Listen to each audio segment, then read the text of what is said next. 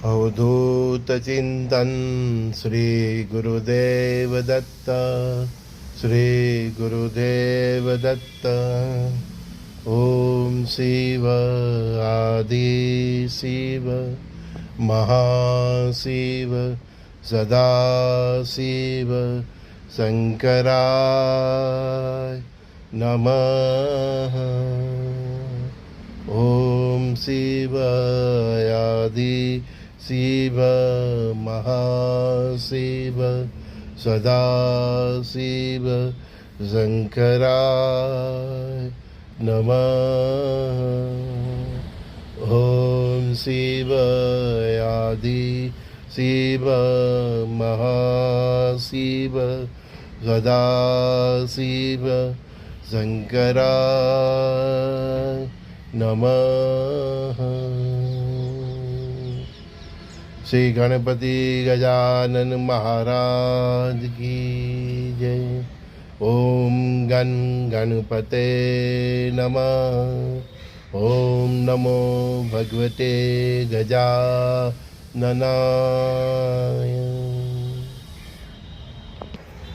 रिद्धि सिद्धि के दाता गणपति गजानन महाराज आज से बैठेंगे अनंत चतुर्दशी तक, है ना। आज पर्यूषण भी है। ब्रह्मांड में जितनी भी श्रद्धा है, जितने भी इष्ट देव है, जैन हो, मतलब जो भी है, कुछ न कुछ तो इर्द गिर्द सबके त्यौहार होते ही है ना। तो मतलब कुछ न कुछ तो कनेक्टिविटी सब धर्मों में है। इतना मतलब यह है कि सर्वधर्म का सार एक है, बेस है अलग। बेस है कि हमारे पंथ अलग अलग है, हमारे रास्ते अलग अलग हैं। इसीलिए बोला है सर्वदेव नमस्कार केशव प्रति गच्छति। गणपति दादा से हम उम्मीद रखते हैं कि हमारे जीवन में सुख शांति आए, रिद्धि और सिद्धि के दाता है, वैभव आए। लेकिन गणपति खुद अपने स्वरूप से हमको ज्ञान देते हैं कि ऐसा जियोगे तो आपके जीवन में रिद्धि सिद्धि आएगी। कैसे? उनकी जीनी आंखें छोटी छोटी है ना, वो क्या बोलते हैं, इशारा करते हैं, दूर तक का देखो, दूर तक का देखो। जो दिखता है वही केवल सत्य नहीं है, सत्य उसके पीछे है। जो गणपति दादा की आंखों से ये इशारा करते हैं कि दूर तक का देखो। कानों से क्या बोलते हैं कि दूर तक का सुनो, और दूर तक का सुन के लंबी सोच के साथ कोई डिसीजन लो। दूर तक का देखो, दूर तक का सुनो, और जितना भी सुनो वो सब अपने पेट में रखो। जितना बोलना है उतना ही बोलो, ठीक है ना। सुनो सबकी। तो बड़े बड़े कान इसलिए दिखाते कि सुनो सबकी, दूर तक का सुनो। हाँ। आपकी निगाहें भी बहुत दूर तक रखो, आपके कर्नेंद्रिय पर बहुत दूर तक रखो। और मस्तिष्क कितना मुरा है ना, मतलब बड़ी बुद्धि रखो, बहुत दूर तक का सोचो। उनके एक हाथ में लड्डू है, एक हाथ में फरसी भी है। तो क्या बोल रहे हैं कि इसी तरह जीवोगे तो मैं आपको लड्डू दूंगा, नहीं तो फरसी दूंगा। समझिए? तो परमात्मा के जो स्वरूप है, आकार है, उनका भी, उनमें से भी हम कुछ न कुछ ग्रहण कर सकते हैं। अभी सभी परमात्मा से भी देखिए, उन्होंने एक ही चीज हमको सिखा दी है, बस देते जाओ, देते जाओ, देते जाओ, बांटते जाओ, बांटते जाओ, बांटते जाओ। ये संसार क्या है? वो क्रिकेट मैच की पिच की तरह है। जितना अच्छा और अच्छी तरह से खेलोगे उतना आपको रेवेन्यू मिलेगा। परमात्मा आपको पिच दे देते हैं, हरी भी दे देते हैं और ड्राई भी दे देते हैं, लेकिन जो सब परिस्थिति में खेल जाए वही खिलाड़ी है। तो हमारे जीवन में भी सुख भी देते हैं, दुख भी देते हैं, लेकिन सुख और दुख में हम तटस्थ रह के, चिटी पग न रह के, जो जी जाते हैं, जो जी लेते हैं, उसको सब गणपति, गजानन महाराज, परमात्मा सब उसको प्रदान करते हैं। आज सेगांव के गजानन महाराज का भी समाधि दिन है। एक्चुअली महावत पाचम है। तो कल जो पाचम है उसी दिन गजानन महाराज ने समाधि ली थी। यानी आज गणेश चतुर्थी के दिन सभी भक्तों को एकत्रित करके बोला था कि कल आज गणेश चतुर्थी है और कल पाचम है। सबको एकत्रित करके उनका जो अंतिम संदेश था वो दे के उन्होंने अपना देह छोड़ दिया था, बैठे बैठे ही, ठीक है ना, समाधि ले ली थी। लेकिन समाधि उनको कल दी गई थी, उनकी इच्छा से ही, कि भाई आज चतुर्थी है। तो उस दिन उन्होंने ब्रह्मलीन हो गए थे और बैठे थे। सब भक्तों ने आज खुद भजन कीर्तन किया था और दूसरे दिन, कल के दिन उनका समाधि दी थी। तो कल सेगांव में और हमारे सूरत के जितने भी गजानन महाराज के, हमारा आश्रम में जो मेन इष्ट देव है गजानन महाराज ही है, तो उधर बड़ा उत्सव होगा। उत्सव का जीवन में क्या मतलब है? उत्सव मतलब ये नहीं कि हम जाके प्रसाद ग्रहण करें। उत्सव का मतलब वो है कि हम जो इष्ट देवता का उत्सव होता है उसकी फिलोसॉफी को ग्रहण करें। सब जाके उसकी फिलोसॉफी को ग्रहण करें, इसीलिए उत्सव मनाया जाता है। और उसका जो प्रसाद ग्रहण करें, तो प्रसाद मतलब परमात्मा का साक्षात दर्शन, मतलब उसकी फिलोसॉफी को ग्रहण करना प्रसाद स्वरूप में। आज गणपति चौथ है, ठीक है, गजानन महाराज ने भी आज समाधि में चले गए थे, फिर दूसरे दिन उनको समाधि दी थी, कल के दिन। तो ये सब उत्सवों का मतलब क्या है कि हम उनके जीवन चरित्र से कुछ सीखे, उनमें जो अच्छाई थी, उनकी जो फिलोसॉफी थी वो सीखे। और इसीलिए भंडारा किया जाता है, क्या नहीं कि गजानन महाराज की जय, महावीर भगवान की जय, गणपति दादा की जय। जय जयकार से परमात्मा को कोई मतलब नहीं है। वो सुनते रहते हैं, कोई मतलब नहीं है, लेकिन वो देखते हैं कि आपके अंदर कब बदलाव आता है। आपकी जय जयकार वो सुन लेते हैं, लेकिन वो जय जयकार के प्रसन्न नहीं होते। वो देखते रहते हैं कि आपके अंदर बदलाव कब आता है, कब आप उनकी तरह जीने का मार्ग प्रशस्त करते हैं। तब तक वो आपकी वाह वाह सुनते ही रहते हैं। आपकी वाह वाह से उसको कोई मतलब नहीं, चाहे गणपति दादा हो, चाहे महावीर हो, बुद्ध हो, यीशु हो, कोई भी हो, उनको आपकी वाह वाह से, जय जयकार से कोई मतलब नहीं। आपकी जय जयकार सुन लेते हैं, लेकिन उनकी दृष्टि रहती है कि आपके अंदर कब बदलाव आता है। तो वो बदलाव आए, इसीलिए उत्सवों का हमारे जीवन में, हमारी संस्कृति में उत्सवों का महत्व इसके लिए है।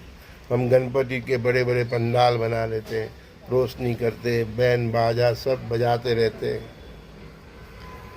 गणपति सब सुनते रहते हैं, देखते रहते हैं, लेकिन उनकी दृष्टि किसके ऊपर होती है?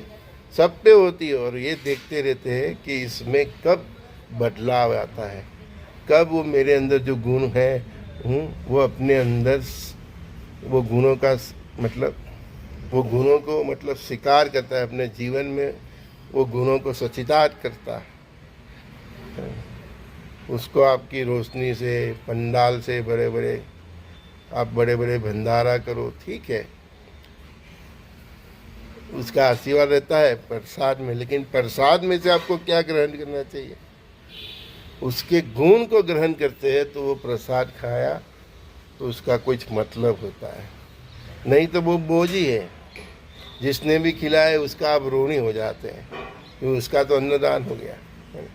लेकिन प्रसाद खा के आप क्या ग्रहण करते हैं, क्या ग्रहण करना है? खाने के वक्त जब भी आप एक एक नौलिया खाते हैं, तब उसी इष्ट देव को स्मरण कीजिए, उनका जीवन का स्मरण कीजिए, उनकी जो फिलोसफी है उसका स्मरण कीजिए, और वो फिलोसफी अपने जीवन में अपनाने की कोशिश कीजिए।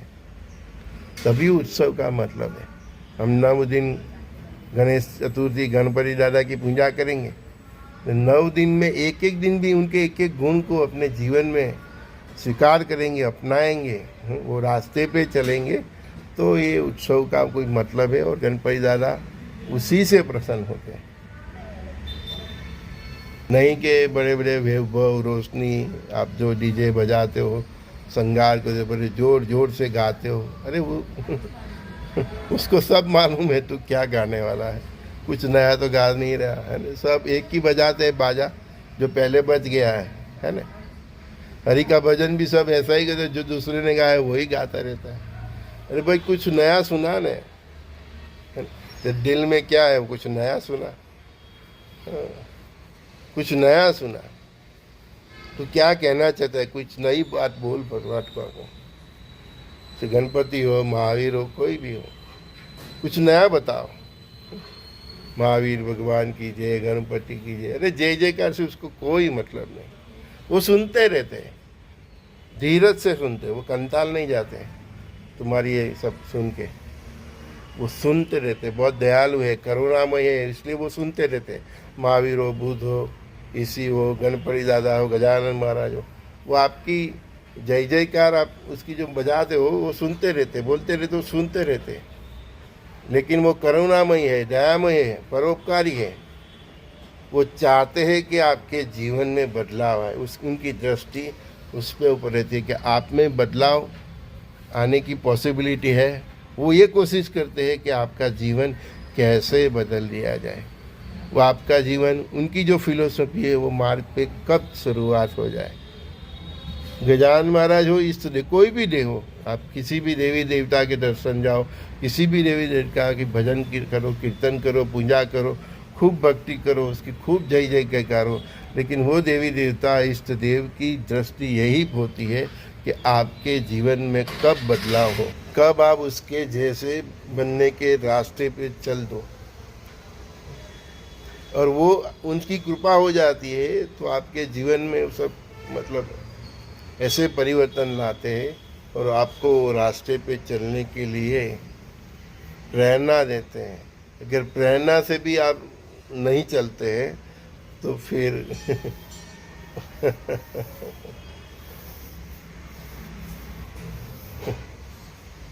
एक बार परमात्मा ने आपका हाथ थाम लिया, वो कभी नहीं छोड़ते। वो आपको उसके जैसा बना के ही देते हैं। लोग क्या कहते हैं कि साला भक्ति ने मैंने चालू किया, भक्ति मार्ग पे मैं चला तो मेरे जीवन में बहुत दुख आ गया, दरिद्रता आ गई।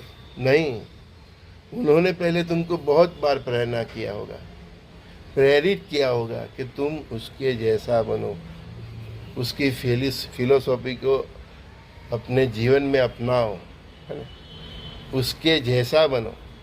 उसने कहीं कहीं तरह से आपको बहुत प्रेरित किया होगा। वो धर्म ग्रंथ के रूप में जो हम पारायण करते हैं उसके रूप में भी हमारे पास भेजते।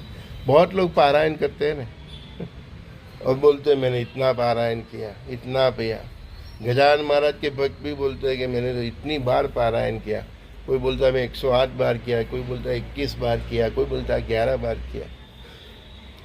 ज़मीन पे भी सो जाते हैं, एक टाइम खाते हैं, सब करते हैं। लेकिन आपने वो पारायण से क्या सीखा? 21 बार करो, 108 बार करो, एक बार करो, लेकिन आप एक ही बार के पारायण में उसकी फिलोसफी को आपके जीवन में उतार दिया, वो मार्ग पे चलने लगे, तो वो एक बार किया हुआ पारायण 108 बार किया हुआ पारायण की तरह है। भगवान की एक बार आरती करो, भाव से करो, आंखों में अश्रु आ जाए। तो 100 बार करने से अच्छा है। पूजा पाठ में वेट नहीं होना चाहिए, थकान नहीं हो, चाहे उमंग उत्साह हो तभी करो। चाहे सेवा करो तो चाहे 1 दिन करो, 2 दिन करो, लेकिन सेवा में भी वेट नहीं होना चाहिए। आपके मन में त्रास नहीं होना चाहिए वो सेवा करते समय। तो आज चतुर्थी है, ठीक है, गजानन महाराज का भी आज दिन है। चतुर्थी के दिन ही वो समाधि में बैठ गए थे और दूसरे दिन उसको समाधि दी थी, ठीक है ना। तो उनसे उनकी जय जयकार करने से कुछ नहीं था। जैन लोगों का भी पर्यूषण है, तो जय जयकार से कुछ नहीं होता है। लोग कितने उपवास करते हैं, उपवास करने का क्या मतलब, आपने क्या सीखा वो मतलब। भगवान तो बोलते हैं कि भजन करो, लेकिन उसके पहले भोजन करो। भोजन करोगे तो भजन होगा, तभी तो आपकी बैटरी चार्ज होगी, है ना। तो भजन करने से पहले भोजन करो, परमात्मा ये बोलते हैं। हम सब उल्टा ही करते हैं, हम उपवास ही जीव हो जाते हैं। उपवास से कुछ नहीं होता, कुछ भी मत करो, बस शुद्ध सात्विक जीवन जियो, सखा भाव को अपनाओ, परस्पर देव भाव से अपनाओ। लेकिन परमात्मा की जो फिलोसॉफी है, हर एक देव की एक फिलोसॉफी होती है ना। ऐसे तो सबकी एक ही होती है, सबका बेस एक है, पर ब्रह्म परमात्मा का बेस एक है। लेकिन जो भी इष्ट देव आपको बहुत प्यारे हैं, है ना, तो उसके जैसा बनना प्रयत्न करो, उसकी फिलोसॉफी को अपने जीवन में अपनाओ। फिर चाहे कितनी भी माला करो, कितने बार जय जयकार करो, उसका कोई मतलब नहीं है। परमात्मा चाहते हैं कि वो आप उनके जैसा बनो। मैंने अभी बोला ना कि आप जय जयकार करते हैं, ठीक है ना, जय जयकार आपकी सुनते भी हैं, लेकिन वो जय जयकार से प्रसन्न नहीं होते। उनकी दृष्टि आपके अंतःकरण पे होती है, आपके मन चित्त मस्तिष्क पे होती है, और उसमें रहेली बुराई पे उनकी नज़र होती है कि बुराई इसकी कैसे ख़त्म करो, उसको कैसे मैं अपना जैसा बनाऊं। उनकी नज़र उस आपके ऊपर इस दृष्टि से वो देखते हैं। आपकी जय जयकार वो सुनते हैं, जय जयकार से वो प्रसन्न नहीं होते। बार बार मैं ये आज के सत्संग में ये बात समझाने की कोशिश कर रहा हूँ कि वो आपकी जय जयकार से प्रसन्न नहीं होते हैं। आपने कितने मंत्र जप जपे उससे प्रसन्न नहीं होते हैं। मंत्र तो उनके उनके तक पहुँचने का माध्यम है। मंत्र जपते तो उनके पास पहुँचने का, संदेश पहुँचाने का माध्यम है। परमात्मा का आपकी तरफ ध्यान खिंचाने का माध्यम है। जय जयकार भी वही है, लेकिन वो जय जयकार से और आपके मंत्र जप से प्रसन्न नहीं होते हैं। वो प्रसन्न, उनकी दृष्टि आपके चित्त पे, आपके मन पे, आपके अंतरात्मा पे होती है। फिर वो आपके अंतःकरण में जागरूक होकर आपको उनके जैसा बनाने का प्रयत्न करते हैं। और जब वो ठान लेते हैं कि चाहे कुछ भी करके इस बंदे को मेरा जैसा बनाना है, तो वही परमात्मा की कृपा है, वही गुरु की कृपा है, वही गणपति की कृपा है, वही महावीर की कृपा है, वही हनुमान की कृपा है। राम कृष्ण शंकर हनुमान श्री गुरुदेव दत्तात्रेय भगवान यीशु अल्लाह, सबकी यही कृपा है कि वो जब ठान लेते हैं आपके अंतरकरण में भीतर बैठ के कि आपको उसके जैसा बनाना है, चाहे कैसे भी करके। हाँ, प्रथम तो वो आपको प्रेरित करते हैं, कहीं से भी आपको, मतलब आपके मन मस्तिष्क पे वो प्रहार करते रहते हैं कि भाई हाँ मुझे ऐसा जीना है, मुझे ऐसे जीना है। मतलब पहले प्रेरित करते हैं, लेकिन प्रेरणा से भी आप नहीं बदलते, तो फिर आपकी ज़िंदगी में ऐसे बदलाव लाते हैं उनमें से। हाँ, गुरु महाराज कहते हैं ना कि अनुभव से ज्ञान पिलाए गए, तो फिर वो अनुभव से ज्ञान पिलाना शुरू करते हैं। और आप बोलते हैं मैंने तो गजानन महाराज की भक्ति चालू की, राम की चालू की, ये क्या, मैं तो दुखी हो गया। नहीं, पहले उसने आपको प्रेरित किया, प्रेरणा दे के बहुत सिखाने की कोशिश की, लेकिन आप नहीं सीखे, तो फिर अनुभव से ज्ञान पिलाने के लिए आपके जीवन में सब बवाल आती हैं, उसमें से सीखना पड़ता है। इसीलिए मैं क्या बोलता हूँ, दुख में सुख से शोधने की कला आ गई, वो बंदा जी जाता है, वही सुखी होता है। है। दुख में से भी कुछ सीखने की जो कोशिश करता है, उसमें से भी जो सुख ढूंढ निकालता है, वही तो ज्ञानी है, वही तो परमात्मा की परीक्षा है। तुम्हारे साथ जो भी हुआ उसमें से कुछ सीखो, परमात्मा आपको क्या सिखाना चाहते हैं। सीख गए तो फिर इसके दर्शन भी होते हैं, अनुभव भी होते हैं। तो जय जयकार करो, लेकिन गणपति के जैसे बनने की कोशिश करो, उसके जैसी दया करुणा, उसके जैसा ज्ञान विद्वता, उसके जैसा उनके जैसा पराक्रम, है ना। कोई भी इष्ट देव को भजो, पूजा करो, लेकिन उनमें से कुछ ग्रहण करने की आप कोशिश करते हो, तब वो उत्सव सफल होता है। ऋषि मुनि, हमारे साधु संतों ने जो परंपरा हमारे सनातन धर्म में रखी है, ठीक है ना, तो हम रामनवमी भी मनाते हैं, है ना, बजरंगबली का भी उत्सव करते हैं, शिवरात्रि भी करते हैं। हमारा पूरा साल देखो उत्सवों से भरा है। अभी गणपति जाएगा, फिर पितृपक्ष आएगा, ठीक है ना, फिर उसके बाद नवरात्रि आएगी, मतलब उत्सव चलते ही रहते हैं। हम उत्सव मनाते, उत्सव क्यों हमारे जीवन में आते, वो भी हमें समझना चाहिए। इसने पूरे आज का जो सत्संग है उसमें मैंने यही समझाने की कोशिश की है कि जितने भी उत्सव है वो हमको इंसान बनाने के लिए है, मानवता सीखने के लिए है। वो सभी उत्सव, वो सभी देवी देवता से हमें कुछ न कुछ सीखने के लिए सब उत्सवों का हमारे जीवन में आयोजन किया है। हमारे जीवन पद्धति में उत्सव को इसीलिए सम्मिलित किया है कि आप उनसे कुछ सीखते रहो। तो हर 15-20 दिन, 25 दिन, महीना, 1.5 महीना होता है तो कोई ना कोई उत्सव आ जाता है। वो इसीलिए आते हैं। उत्सव એટલે मतलब यही नहीं बड़ा बड़ा पंडाल कर दिया, खाया पिया, मौज किया, है, धन धनाटी बोला दी, डीजे बजा दिया, लाइटिंग कर दी, है, चकचकाट कर दिए, इतने अच्छे अच्छे हम बस पंडाल बनाते, बस देखते ही रहो, देखते ही रहो, सबको खाना खिलाते हैं बस। हाँ, नहीं, चाहे कितना भी खाना खिलाओ, चाहे कितनी भी रोशनी करो, चाहे कुछ भी कर लो, लेकिन आप जब तक वो गणपति गजानन महाराज से कुछ सीखने की कोशिश नहीं करते, सब बेकार। आप समझोगे मैंने इतना भंडारा किया, इतना भंडारा में पैसा डाल दिया, मैंने तो बहुत पुण्य कमा लिया। क्या पुण्य कमा लिया? और उससे तुमको मिलेगा भी क्या? तुमने गेहूँ दिया है तो तुमको गेहूँ वापस मिल जाएगा, चावल दिया है तो तुमको चावल वापस मिल जाएगा, लेकिन तुझको चाहिए क्या? हमारी रियल नीड्स क्या है? हमारी आत्मा का कल्याण है। तुमने पैसा दिया, तुमको भगवान पैसा वापस दे देंगे, बढ़ा के चढ़ा के दे देंगे, लेकिन उसमें फ़ायदा क्या है? कुछ नहीं। इस शरीर छूट जाने के बाद तो वो जो दिया है वो इधर ही रह जाएगा।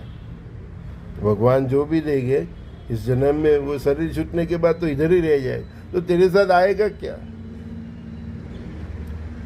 कि तूने उनमें से क्या सीखा और कैसे जिया और कैसे दूसरों को झिलाया। ये बाप होता है ना, वो भी अपना बेटा उसके जैसा बने तो ही प्रसन्न होता है। तो हमारा सबका बाप परमपिता परमात्मा परमेश्वर है, यीशु है, अल्लाह है, महावीर है, जो भी बोलो, राम कृष्ण शंकर हनुमान, सब ऊपर तो देखते हैं और वो चाहते हैं कि आप उसके जैसा बनो। इसीलिए हमारे जीवन में ये त्योहारों का महत्व है। इसीलिए हमारे सनातन धर्म संस्कृति के ऋषियों ने ये उत्सव का इसीलिए प्रयोजन किया था कि वो उत्सव के बहाने आप प्रसाद ग्रहण करो। लेकिन प्रसाद એટલે मतलब क्या? रामनवमी है, राम का प्रसाद लिया तो प्रसाद किया। प्रसाद मतलब परमात्मा का साक्षात दर्शन, लेकिन उसके पीछे कहने का मतलब क्या है? क्या आपने परमात्मा के क्या दर्शन किए?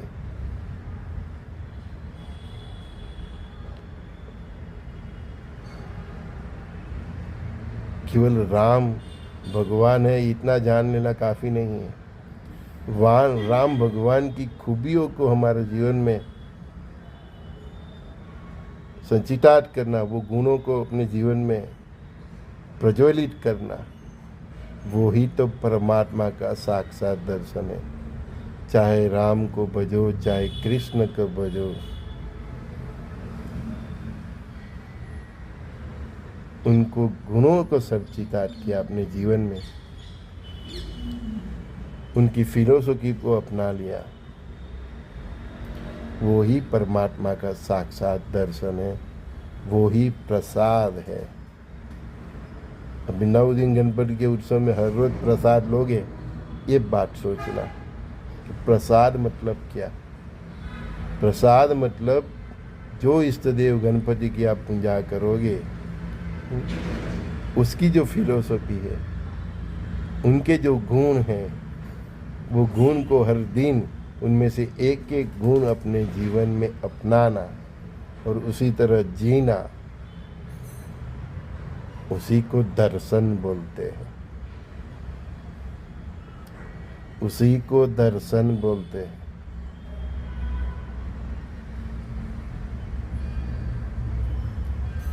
सोचना, बहुत गहरी बात बता रहा हूँ।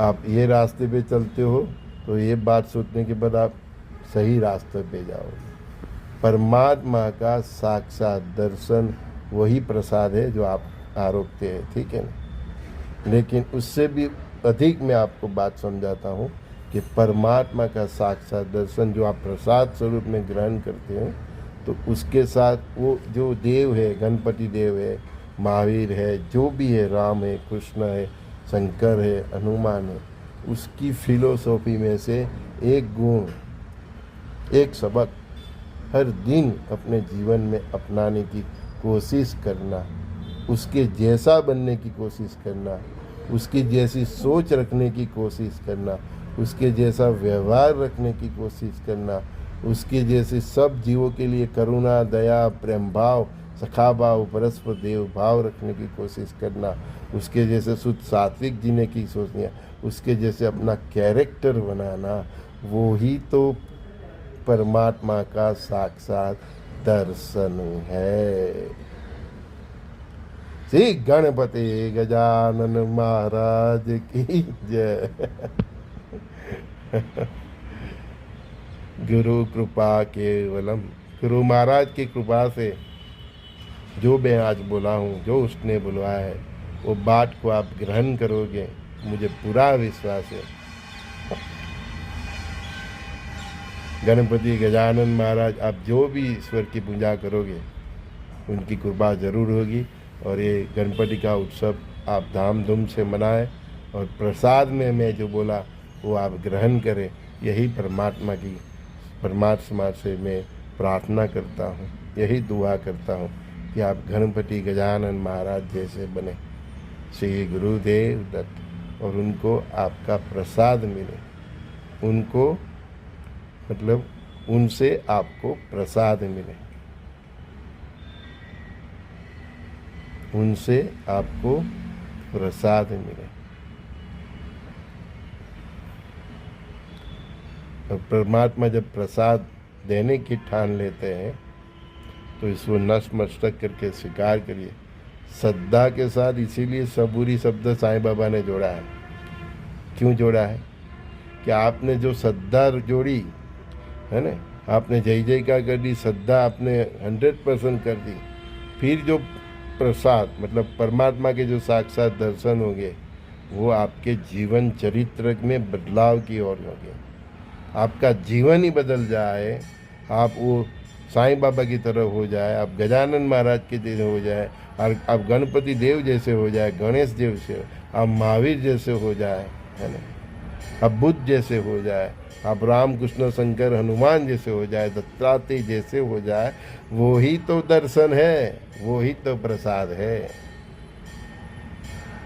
संजय बोरीवाला का सभी दोस्तों, भाइयों, बहनों, माताओं, दिकरी दिकरा सबको प्रणाम। श्री गुरुदेव दत्त। कृष्णम वंदे जगत गुरु। बोलो गणपति गजानन महाराज की जय।